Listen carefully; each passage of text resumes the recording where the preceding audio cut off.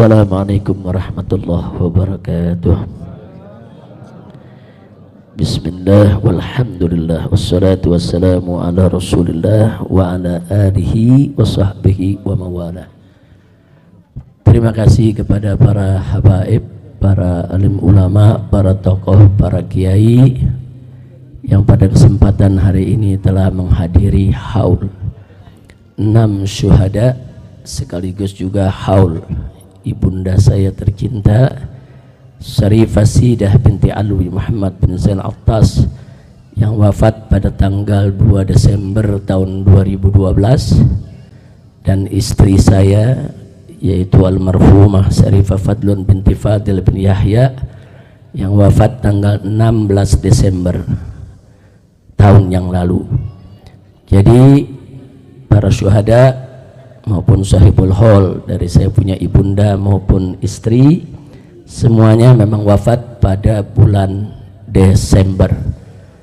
Karena itu pada hari ini kita lakukan haul sekaligus mudah-mudahan diterima oleh Allah Subhanahu wa taala, karena memang yang paling membahagiakan orang-orang yang sudah meninggal dunia adalah tatkala mereka diziarahi dan didoakan. Kita semua kelak akan merasakan itu. Pada saat nanti kita sudah meninggal dunia, betapa senang ruh kita. Pada saat ada yang kirimkan doa kepada kita, ada yang ziarah ke kita, memberikan salam kepada kita, terus duduk berdoa, yaitu di pusara kita, itu akan menjadi hal yang sangat menyenangkan bagi alam arwah. Mudah-mudahan insyaallah kita yang telah menyenangkan para arwah pada kesempatan hari ini, yang tadi juga kita sudah doakan untuk orang-orang tua kita, keluarga kita, guru kita yang telah mendahului kita, kelak kita semua juga akan disenangkan oleh Allah Subhanahu wa taala. Kemudian terima kasih juga kepada para penceramah tadi yang sudah menyampaikan ceramahnya, baik tentang syuhada maupun lainnya. Apakah itu tadi yang disampaikan oleh Kiai Haji Ahmad Sobri Lubis yang luar biasa mendorong kita untuk selalu menancapkan niat agar mendapatkan mati syahid dari Allah Subhanahu wa taala. Begitu juga kawan-kawan, yaitu Dr. Badruddin Subki, Dr. Fikri Bareno, kemudian juga ada Dr. Fadilah tadi yang juga sudah menyampaikan, ada Profesor Dr. Egi Sujana yang juga semua sudah menyampaikan mauidhahnya, tausiahnya yang luar biasa. Tidak juga lupa Al-Habib Hamid, begitu juga Habib Zaki yang duduk di sebelah kanan dan kiri saya, yang bukan saja memberikan motivasi kepada segenap jamaah, tapi juga sekaligus mengikrarkan kembali semangat beliau-beliau untuk tetap istiqamah berjuang mencari ridha Allah dan Rasulullah sallallahu alaihi wasallam. Baik, tidak banyak yang saya mau sampaikan. Tolong dicatat baik-baik bahwa KM 50 tidak boleh kita lupakan. KM 50 akan terus untuk kita usut. Karena KM 50 ini merupakan satu tragedi luar biasa. Saya sudah sampaikan pada saat terjadinya KM 50, kalau sekali KM 50 dibiarkan, maka akan terulang lagi KM 50 yang lain. Nah, buktinya sekarang kita lihat berapa banyak orang-orang yang dibunuh oleh polisi, tapi kemudian begitu siaran pers disiarkan, orang tersebut katanya melawan, bawa senjata, polisi terpaksa. Nah, akhirnya yang terjadi persis seperti KM 50. Sudah korbannya diculik, disiksa, dibunuh, difitnah. Dan itu terus terulang sampai peristiwa terakhir di Semarang, seorang anak SMK begitu juga. Dia tidak tawuran dibilang tawuran, tidak bawa senjata dibilang bawa senjata, dipamerkan senjata dalam siaran persnya. Nah, jadi lagi-lagi terulang, lagi-lagi terulang. Jadi warga masyarakat dibunuh terus difitnah. Nah, ini nggak boleh dibiarkan. Ini kenapa bisa terjadi lagi itu tadi, karena KM 50 dibiarkan, akhirnya mereka menganggap ke depan ini bunuh orang tuh gampang kok. Gampang, habis bunuh fitnah selesai, habis bunuh salahkan selesai. Nah, sampai kapan ini akan terus terjadi dan ini akan terus terulang sampai peristiwa sebesar Kanjuruhan yang meninggal itu lebih dari 100 orang, tetap saja yang meninggal yang disalahkan. Nah, lagi-lagi mereka semua disalahkan. Jadi polisi seperti malaikat, nggak pernah salah. Nah, ini berbahaya sekali. Nah, maka itu sekali lagi kami tidak akan diam. KM 50 akan terus kami kejar, dan orang yang paling bertanggung jawab dalam peristiwa KM 50 adalah Jokowi. Bukan hanya karena beliau sebagai seorang presiden. Mungkin orang mengatakan, oh mungkin tanggung jawabnya moral karena sebagai seorang presiden. Bukan, tapi kita dapatkan indikasi-indikasi keterlibatan Jokowi langsung atau tidak langsung, itu bisa dibaca dan itu akan kita beberkan kalau pengadilan HAM-nya digelar, ya kawan.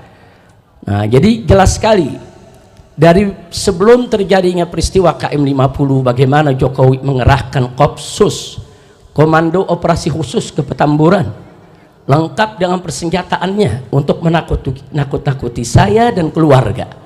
Itu sudah pengkondisian. Kemudian bagaimana seorang Pangdam Jaya sebelum kejadian menantang-nantang FPI di Monas dan mengancam-ngancam saya. Begitu juga bagaimana seorang Kapolri ketika itu, Idham Aziz, dengan Kapolda ketika itu luar biasa, mengancam dengan ancaman yang luar biasa sebelum terjadi peristiwa KM 50. Semua itu merupakan cipta kondisi seolah-olah saya dan FPI adalah orang yang kelompok berbahaya, sehingga kalau ke depan dibunuh ya nggak apa-apa, namanya juga orang berbahaya. Jadi dicipta kondisi dulu supaya masyarakat melihat FPI ini bahaya, Habib Rizik ini bahaya, Petamburan ini bahaya. Terus diciptakan kondisi dengan bantuan para buzzer yang luar biasa menyebar fitnahnya. Begitu opini terbentuk bahwa FPI ini berbahaya, Habib Rizik berbahaya, barulah terjadi peristiwa KM 50. Artinya supaya apa? Supaya kalau sayanya terbunuh atau FPI-nya, laskarnya terbunuh, orang akan menganggap biasa. Ini kan orang-orang keras, ini orang ekstrim, ini memang orang berbahaya. Jadi kita kondisi semacam ini sudah jadi drama sinetron yang sering dimainkan oleh rezim Jokowi. Maka itu saya katakan sekali lagi, itu merupakan indikasi kalau Jokowi terlibat dalam KM 50. Nah, tidak sampai di situ. Begitu terjadi KM 50, Jokowi lah yang pertama kali menyatakan bahwa polisi sudah berbuat benar, masyarakat jangan melawan. Belum ada investigasi, belum ada pemeriksaan, belum ada penelitian, tiba-tiba sudah membuat pernyataan kalau laskar di KM 50 itu yang salah. Sementara polisi yang membantainya itu benar, sedang menjalankan tugas. Nggak layak presiden memberikan pernyataan semacam itu sebelum dilakukan pemeriksaan, kecuali kalau memang presidennya terlibat dan yang mengatur semua itu, pantas saja memberikan pernyataan seperti itu. Tidak sampai di situ, tatkala banyak masyarakat termasuk DPR meminta dibentuknya yaitu tim independen untuk investigasi KM 50, justru Jokowi yang menolak. Kenapa harus menolak? Kalau tidak terlibat nggak usah ditolak, mestinya investigasi itu dilakukan sejak awal kali kejadian. Nah, jadi di sini sekali lagi kalau saya katakan Jokowi adalah orang yang paling bertanggung jawab, bukan hanya karena Jokowi itu sebagai presiden, tapi ada indikasi-indikasi yang menunjukkan keterlibatannya. Termasuk 3 hari sebelum kejadian KM 50 di tempat ini, di markas syariat ini, tadi diceritakan oleh Dr. Fadilah, nah, bagaimana saya berkumpul dengan sekumpulan jurnalis, kemudian tahu-tahu ada drone yang merekam semua kegiatan kami. Begitu kita kejar itu drone, ternyata yang memainkan drone itu adalah 3 anggota BIN. Dan ini bukan fitnah, bukan, kami rekam semua. 3-tiganya punya kartu anggota BIN resmi. Yang satu juga punya kartu anggota sebagai jurnalis, yang satu sebagai mahasiswa, yang satu lagi sebagai anggota TNI. 3-tiganya punya kartu anggota BIN secara resmi. Mereka memakai mobil dengan nomor plat palsu, dan semuanya kita tangkap, mobil-mobilnya kita tangkap, kita interogasi, kita rekam, bahkan sampai data-data yang ada di komputer mereka kita sedot, kita ambil itu datanya. Ternyata ya, di dalam laptop yang mereka bawa ada operasi D5 yang saya menjadi targetnya 3 hari sebelum peristiwa itu. Artinya apa? Ini anggota BEN ini menunjukkan adanya keterlibatan instansi negara, badan intelijen negara. Nah, jadi Jokowi dan orang-orangnya, apakah itu BG, apakah itu Fadil Muhammad, apakah itu Idam Aziz, Tito, Dudung, Abdurrahman dan lain sebagainya, baik langsung maupun tidak langsung, semua terlibat. Dan kami akan kejar mereka ya kawan, secara hukum, baik dari dunia sampai akhirat. Nah, jadi jangan lagi kita ini semua dibodoh-bodohi. Kami punya data itu sampai hari ini masih kami simpan. Sekali lagi masih kami simpan. Adapun pemeriksaan Komnas HAM, saudara, secara umum ya ada bagusnya. Tapi lucunya semenjak Komnas HAM itu bekerja sampai hari ini, Komnas HAM tidak pernah menanyakan saya, memanggil saya, meminta keterangan dari saya, baik secara lisan maupun secara tulisan. Padahal peristiwa KM50 target utamanya adalah saya. Jadi dari mulai Komnas HAM bekerja sampai hari ini, Komnas HAM tidak pernah menanyakan saya sepatah kata pun juga. Ada apa? Mestinya kalau Komnas HAM itu profesional, dia harus menanyakan. Justru target utamanya mesti ditanya, kenapa, ada apa. Nah, tapi ternyata sama sekali tidak. Nah, karena itu sekali lagi saya tidak ingin bicara panjang lebar di sini, tapi terlalu banyak nama-nama yang terlibat, saudara, dan semua kita catat. Ada 35 nama aparat yang kami catat. Dari yang pangkatnya jenderal sampai yang pangkatnya di bawah, semua kami catat orang-orang yang terlibat daripada peristiwa KM50. Di sana kita lihat, saudara, ada Kombes Polisi TB Adi Hidayat, dulu menjabat sebagai Diskrimum Polda Metro Jaya. Ini yang memberikan surat tugas untuk terus menguntit, saudara, saya sekeluarga. Surat tugasnya resmi yang menandatangani orang ini. Orang ini sama sekali tidak dipecat, bahkan pangkatnya dinaikkan. Sekarang sudah dapat bintang. Nah, kemudian masih ada lagi AKBP Handik Zusen, baru 3 hari yang lalu pangkatnya juga dinaikkan di Polda Metro Jaya. Kemudian masih ada AKBP Widi Irawan, saudara. Ini yang diduga yang menjadi supir mobil Land Cruiser hitam. Masih ada AKBP Rulian Sauri, ini yang diduga melakukan pemindahan jenazah daripada 6 laskar. Kemudian masih ada Ibda Muhammad Yusmin Ohorela, ini yang diduga sebagai algojo eksekutor daripada KM50. Masih ada Bribka Faisal Kasbi Alea, ini juga termasuk eksekutor. Masih ada Bribka Adi Ismanto, masih ada Bribka Guntur Pamungkas, masih ada Bribtu Fikri Ramadan Tawainellah, dan lain sebagainya. Bahkan secara sistematis para buzzer digerakkan untuk membenarkan tindakan polisi dan menyalahkan daripada para syuhada KM50. Bahkan ada buzzer yang kirim rangkaian bunga mengucapkan selamat kepada Polda Metro Jaya atas berhasilnya membunuh 6 laskar. Ini semua kita rekam dan semua kita catat. Nama-nama orangnya ada, saudara, foto-fotonya semua ada. Jadi kita tinggal tunggu waktu yang tepat untuk kita seret mereka semua ke pengadilan HAM. Nah, jadi sekali lagi saya tidak bisa bacakan semua nama-nama yang ada, tapi nama-nama tersebut tidak akan pernah kita lupakan.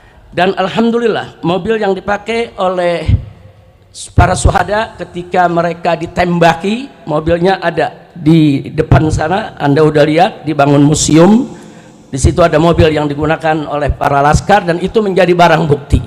Jadi sengaja kita simpan sebagai barang bukti. Begitu nanti pengadilan HAM digelar, maka ini merupakan salah satu bukti barang yang harus ditunjukkan di pengadilan. Tidak sampai di situ. Kalau kita bicara novum, tadi sudah dibahas oleh Dr. Fadillah, perlu kita ketahui novum yang kita punya sebetulnya bukan hanya CCTV KM50, tapi tidak jauh dari pintu tol Kerawang Timur ada sebuah hotel, yaitu Novotel. Hotel tersebut saudara juga punya CCTV yang merekam aksi penembakan para aparat terhadap 6 syuhada kita. Tapi hotel tersebut kemudian didatangi oleh para aparat dan CCTV-nya semua disita. Jadi CCTV milik hotel, CCTV milik KM50 semua adalah bukti kuat tentang terjadinya pembantaian. Tidak betul kalau laskar melawan, tidak betul ada peristiwa saling tembak menembak. Tapi insya Allah satu saat kita akan dapatkan semua CCTV tersebut untuk kita bisa seret semua yang ada. Dan subhanallah, Allah maha adil ya ikhwan. Allah maha adil. Ternyata tidak kurang dari 7 orang yang terlibat dalam pembantaian KM50 adalah anggota Satgasus Merah Putih Sambo. Resmi ya, saudara masuk, termasuk yang tadi saya sebutkan namanya, yaitu Habib Yusen. Itu juga termasuk anggota Satgasnya Sambo, dan dia adalah komandan daripada para pembantai KM50.